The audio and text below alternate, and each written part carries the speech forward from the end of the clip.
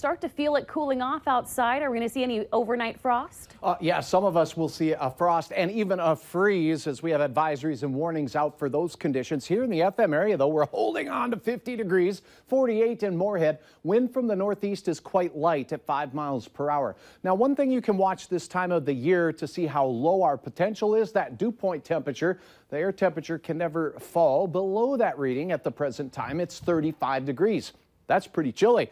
Some rapid cooling going on up in the Northern Valley, already 39 in Langdon, 46 Valley City, 50 degrees in Detroit Lakes, while Bemidji has 42. And temperatures elsewhere as we look a little closer up in northeast North Dakota, Rolla at 39, Cando at 41, and 41 in Cavalier. Swing over to the Red Lakes area. We also have some upper 30s at Washkish, and we're not far from that in Badette nor Bemidji at this hour. Clouds exiting south and east, and for the night it looks quiet, clear and dry here. Not the case in southern portions of Wisconsin or along the Missouri-Iowa border. Showers and thunder showers there.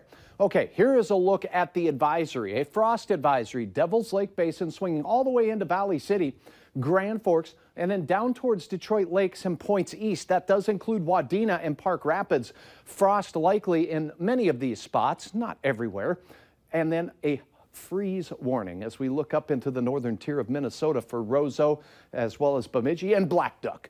It's going to be very cold there. As we go through the overnight hours, there'll be a few clouds building into the south, but not as many as last night.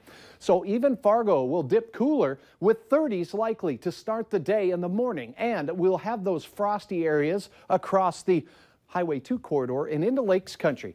We'll briefly be in the upper 20s in a few spots out there for some prolonged freezing conditions, but that won't last too long. The sun will melt that frost right off of there.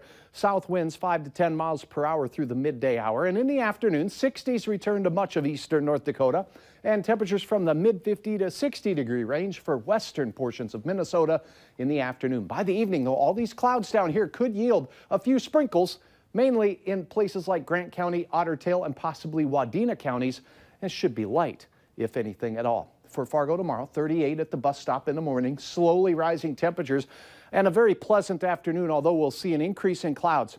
Wind not a factor as we go through your Friday. Your hometown forecast looks like this.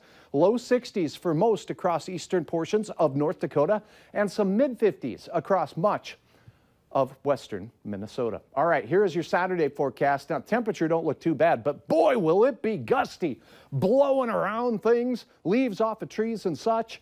On Sunday, 61 degrees, but a little quieter on the winds. Now, Monday is our next unsettled weather day. In the far south, late in the day, some sprinkles of rain that overnight could mix with 1 or 2 flakes of snow. I don't think it will be a big deal. But what it does mean for us here in the Southern Valley, Christine, is a better chance of frost for our area and the folks up north. So midweek, another cool one ahead. All right, good to know. Thank you, Hutch. You bet.